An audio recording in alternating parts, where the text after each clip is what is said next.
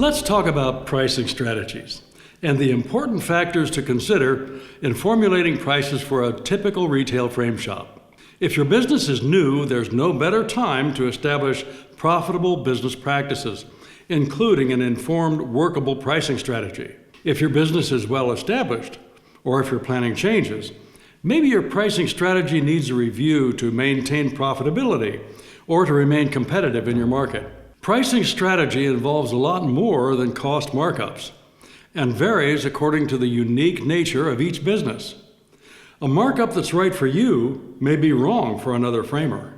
Our topics today include the purposes of developing a pricing strategy, business variables affecting pricing, different types of pricing, categories of materials, pricing methodologies, pricing for labor, common pricing mistakes, and some recommendations.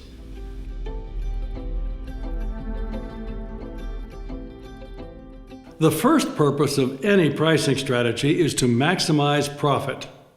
It's essential to figure out the best markups to apply to the costs for various materials in order to achieve a fair gross profit margin. But that's only the beginning. Pricing strategy involves all cost factors affecting net profit, such as labor and overhead costs. We'll talk more about these things later. As a general rule, charge the highest prices your market will bear. Customers often say your price is too high because they want to pay less. And that catch-all phrase covers objections other than price. Don't be intimidated and never feel guilty about charging the highest prices your customers will pay. Maximizing profit will help you grow the business, keep it financially healthy, and ultimately enable you to make it more attractive to more customers. On the other hand, the market will not tolerate prices that really are uncompetitive. So establishing prices cannot be done in a vacuum. The strategy has to be based on informed reasoning. Determining optimal pricing is a thoughtful, ongoing task. Successful businesses maintain a competitive edge in their local markets. Shop your competitors and compare your own prices against theirs, perhaps every few months. Family and friends can help with this. If your prices are similar to theirs and your profit is too low, then something other than pricing needs your attention. Marketing is an essential part of pricing strategy. Try to build a profitable niche and develop expertise to serve segments of your local market better than your competitors can. For example, my shop specializes in preservation framing of collectibles and heirlooms, especially three-dimensional objects. When you focus on framing specialties that customers want and your competitors cannot match, you set your business apart from the competition. To put it another way, compete on the basis of value rather than price. This sort of marketing philosophy has a direct benefit on your pricing strategy. Learn all you can about the demographics of your local market and identify your target customers. Survey your past customers and ask for their honest assessment of your business and their buying experiences. You can pay outside contractors to conduct marketing surveys, including blind surveys, and they may be worth the price. This is all about knowing where you stand and finding your best position in the market.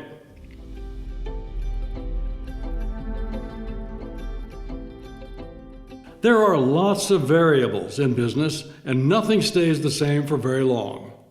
Molding and mat board suppliers add and delete line items all the time and change their prices several times a year. So how often do we need to update? This is a key question in pricing strategy. The right answer is to update as often as you can. And a good pricing strategy accommodates that process. Material cost varies according to our buying habits. Sometimes we can buy more and earn quantity discounts, but probably not all the time. We have some control over this, but quantity discounts are still a significant variable. And then we have to deal with waste from offcuts, flaws, and damage during production. All of these factors represent variable costs. The charges we pay for shipping or delivery are always variable and may be uncontrollable. The time we spend to prepare and enter purchase orders, and to shop around for new sources, and to receive and handle incoming materials is indirect labor, also known as acquisition cost. And then we have to pay the invoices and keep the records. Minimum order requirements or small order fees boost our cost, but may be offset by earning discounts for prompt payment, often called cash discounts. All of these are variable costs factors associated with acquisition of materials.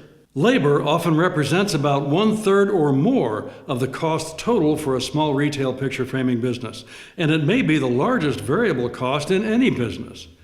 Everything we do involves labor, and sometimes it isn't obvious. For example, in retail custom framing, the largest single component of cost in a framing order could be the time spent with an indecisive customer at the design table before the order is placed. The cost of labor is more than wage dollars per hour. It also includes whatever benefits may be provided, such as sick days and vacation time, plus all of the payroll taxes and fees imposed by the school district and municipal, state, county, and federal governments. Accounting practices may separate these costs, but there's still costs associated with labor, and they're variable, and they affect pricing strategy. Overhead is generally the cost of everything other than materials and labor, and it might represent about 1/3 of all costs to a small retail picture framing business. Monthly rent and insurance premiums may be fixed for a period of time, but might also include provisions for special add-on amounts, such as repaving the parking lot, or special insurance coverage for customers' property of very high value. Anyway, most overhead costs are variable, and all of them play into developing a pricing strategy. Discounting is bad for profitability, but it's expected in retail businesses like picture framing, and it can be a successful marketing tactic when the pricing strategy takes it into account. Trouble is, the ratio of cost to benefit for discounting is difficult to determine. For some guidance, you can focus your discount offers on framing materials, and for each order you care to analyze, you can compare the discount with the cost of the materials on a per order basis. By comparing the ratio of discounts and cost of goods sold, you can compensate for discounting by boosting retail prices enough to cover the discounts. Let's say that over a certain period of time, you plan to earn a total of 100,000 euros in order revenue. If your average cost of goods sold is 20%, then your sales during that period would involve about 20,000 euros worth of materials. If you expect to give a total of 3,000 euros in discounts to customers during the same period, that would amount to 15% of your material cost. That is, your cost of goods sold. So you could protect your profitability by raising your retail prices about 15%, because 3,000 euros is 15% of 20,000 euros. If this seems like a zero-gain exercise, consider that not all orders will be discounted. Also, offering the retail discounts should bring in more orders, and some customers may spend more for their framing if it's discounted.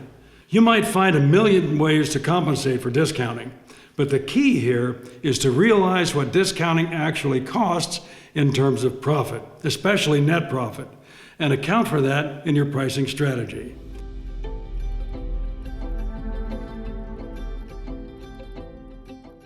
Various framing materials come in sheets, lengths, and pieces. Here are the typical units of measure for pricing framing materials, and pricing strategy needs to accommodate the differences. Moldings are linear, priced per foot. Pricing structure varies according to how the molding is purchased, but the retail pricing for a certain frame should be about the same, whether you buy the molding in lengths, chopped, or joined. If you usually buy length molding in the footage you need, base your prices on the footage you typically buy. When you occasionally buy full boxes, the quantity discounts do not need to be reflected in your retail pricing. My suggestion is that when you can earn those discounts, consider the savings to be administrative profit that goes straight to the bottom line, net profit. Pricing starts with a markup from cost. There are no absolute rules about this, but the markup might range from 5 times to 12 times for the lowest cost moldings. For the most expensive moldings, markups might be as small as 1.5 times to 2.5 times their cost. Markups are affected by the cost per foot, but also by the method of purchase. We'll get to that in a moment. Markups account for the labor to work with the moldings and waste. It's normal for about 20% of molding length to be lost in miter cuts and flaws, and the pricing strategy needs to cover these costs. For any given profile, buying length has the lowest cost per foot, but labor to cut and join must be added, and the waste could be significant if the lengths have warps, twists, or other flaws. So the markup for buying length needs to be greater than the markup for buying chops of the same molding. since there's no waste with chops and labor is needed only to join the miters. Buying a joined frame of that same molding would have the lowest markup and the highest cost per foot, because we're paying our suppliers to cut and join our frames for us. If eliminating the waste and the need for cutting and joining labor and the tools seems like a good idea, remember that suppliers' labor probably costs more than our own, so our cost is at their mercy and we have to rely on their quality control. Here are markup calculation examples for a particular molding purchased in length, chopped, and joined. Once the fair and profitable retail pricing level is determined by any one of these purchasing methods, markups can be easily calculated to result in similar retail prices for that frame, regardless of how it's purchased. Here are 3 pricing examples using different markups for the same molding chops. Notice the drastic differences in gross margin dollars. In addition to the per foot price, many framers add a set price per work order to cover the consistently similar costs of taking the material from storage, setup, and cleanup. The set price could be higher for length moldings to cover the need for more setup and cleanup, and handling the offcuts. In any case, the set price could be the same for all chops and the same for all length moldings, regardless of the markup or footage. You might also want to establish a minimum charge to avoid losing money on small frames, but that's not the same as a set price. Sheet goods, such as mat board, foam board, and glazing, are normally priced by united inches. A typical retail custom framing business should use the per sheet cost for markups rather than the lower carton quantity cost, and when buying full cartons, take the savings as administrative profit. Again, a separate set price can be added per order or per mat to cover the nearly consistent cost of setup, cleanup, and offcut handling. And as with linear materials, waste is a factor. Some framers have the same markups across a whole product line of sheet materials, but they should vary according to the cost, just as molding markups do. This strategy could result in more orders for the premium materials, while gross margin would go down, gross margin dollars go up. As shown in this example, the markup for the most expensive anti-reflection glass can be somewhat lower than the markup for UV filtering glass, and much lower than the markup for plain glass. So, when you sell anti-reflection glass, you can earn 3 times more gross margin dollars than selling UV filtering glass of the same size. The labor is about the same, regardless of which glass is sold. Likewise, the markups for expensive mat boards can be lower than the markups for low-cost mats. Most of the hardware and consumable materials found in a frame shop are not sold outright, but are only used in production of the framing. And the small cost per frame does not warrant separate pricing. It's most practical to include these items in lot prices and account for their price in some grouping by united inches. For example, the retail price for fitting and finishing could include filler boards, metal hardware, screws, turn buttons, offsets, fitting points, adhesives, dust cover paper, bump-ons, and hanging wire. Molding price, or the set price, could include saw blades, sharpening, glues, V-nails, and nail hole filler. The price of a mat could include the associated adhesives and blades. Since various hanging systems may have a wide range of prices, they might also be priced as separate framing components. Popular consumer items, such as specialty hanging systems, rolls of tape, bottles of glue, and glass cleaner, can also be priced as individual items for retail sale. Specially purchased framing parts, such as acrylic boxes, oval frames, closed corner frames, etc., are generally priced according to their unit cost, plus a fair markup of 100% or perhaps less. You decide. Since labor applied is usually minimal, a set price may not be appropriate, but don't forget to account for extraordinary acquisition cost, if any, and shipping charges. Here's an example of pricing for a purchased acrylic box, including the cost from the fabricator plus a fair markup. The acquisition cost and transportation charges are covered as well, but I prefer to charge for applied labor separately, in this case the fitting process. And of course, this would not be the total price for the project. The total retail price has to include all of the other framing components involved as well.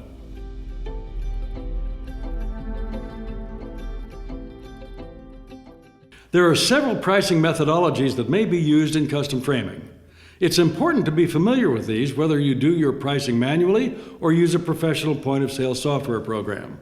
Detailed pricing is the most primitive method, adding up separate pricing factors as shown in this example. For instance, the price for dry mounting would consist of a price for the heat-activated adhesive, another price for the board substrate, and yet another price for the labor to complete the mount. This method allows very accurate, adaptable pricing, but it requires on-the-spot calculations. Because detailed pricing is time-consuming, this method is generally not practical for everyday pricing of framing designs. Rather, it is most useful as a method of determining the pricing factors that need to be combined for various framing components, such as those used in a price matrix, for example. Once the detailed pricing factors have been determined for the various types of framing components, those factors can be grouped together and converted into United Inch factors for more convenient use with customers at the design table.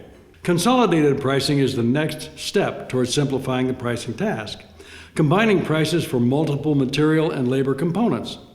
Consolidated pricing can be used in a matrix or as a simple list of framing components with pricing per United Inch, requiring simple calculation. For example, the price for standard fitting and finishing, or the price for preservation hinge mounting, could be converted into a straight price per United Inch. Most other framing components also could be calculated using appropriate per United Inch factors, multiplied according to United Inch size. Consolidated pricing can be used in a matrix, such as method number 1, or perhaps as a straight markup, such as in method number 2. Matrix pricing is probably the most popular method of manual pricing, involving a chart of columns and rows with the item codes, sizes, and prices. You can compose your own pricing matrices and update them on your own, but since revising a pricing matrix takes days or maybe weeks of work, they tend to be out of date most of the time. Matrix pricing may be considered the final step after detailed and consolidated pricing calculations. Calculate the matrix prices according to the unit of measure and the United Inch frame size. For moldings, use prices per foot. That is, if a 36 United Inch frame requires 7 feet of molding priced at 10 euros per foot, then the retail price for that molding in that frame would be 70 euros. For sheet materials, use prices per United Inch. Once detailed pricing has been developed and consolidated, it's easy to convert those pricing factors for use in a matrix. Some suppliers provide a recommended pricing matrix for their products, but supplier-provided pricing cannot accommodate the unique features of an individual framing business. The same applies to pricing that comes with point-of-sale software programs. Do not assume that the pre-pricing is right for your business, but review and revise all of those prices to fit the needs of your particular business as soon as possible. Here's an example of some matrix pricing for framing components. This matrix uses United Inch sizes to represent the frame sizes, listed across the top row, and the pricing codes are listed down the left-hand column. Matte corner samples, molding corner samples, ready-made frames, and other items could be marked with the appropriate code, and pricing would be found at the intersection of United Inch size and price code. You may need multiple matrices to cover all sorts of United Inch pricing factors, such as canvas stretching, mounting, mats, glass spacers, frame extenders, and mat decorations, V-grooves, French lines, and fabric coverings, for example. Frame prices can be calculated from per-foot prices, grouped into price codes, and selected by United Inch sizes. Matrices work well for package pricing, too.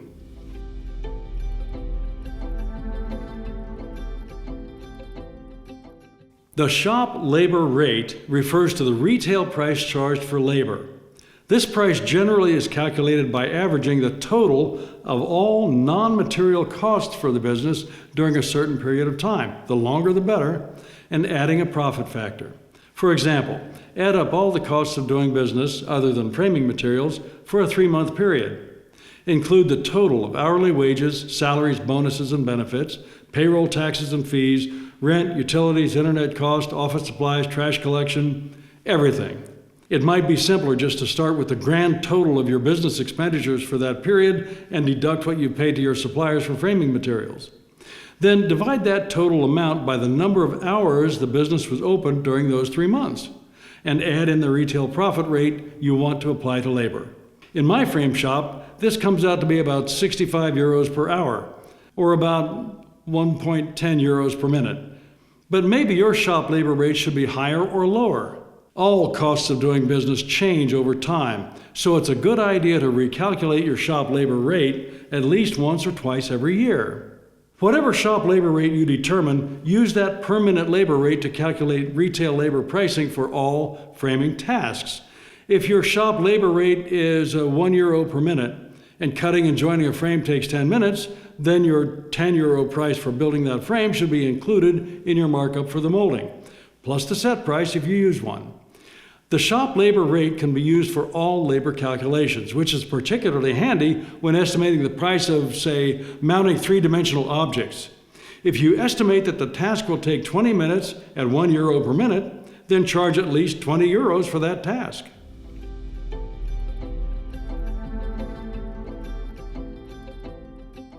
It's easy to make mistakes in pricing strategy, so be careful because this is important work. If your prices are too high, you lose business. If your prices are too low, or if you fail to review and revise your prices periodically, you lose profit. The best way to know where you stand is to carefully monitor your company's net profit on the bottom line of the monthly income statements. It may be tempting to inflate retail pricing to compensate for other problems in the business. If you know your prices are correct for your local market, but your net profit is lacking, look for causes other than pricing. For example, maybe you could renegotiate better wholesale prices from your vendors. Could you work more efficiently in the shop? Could you speed up the framing design process with customers? Is your advertising producing enough profit to exceed its cost?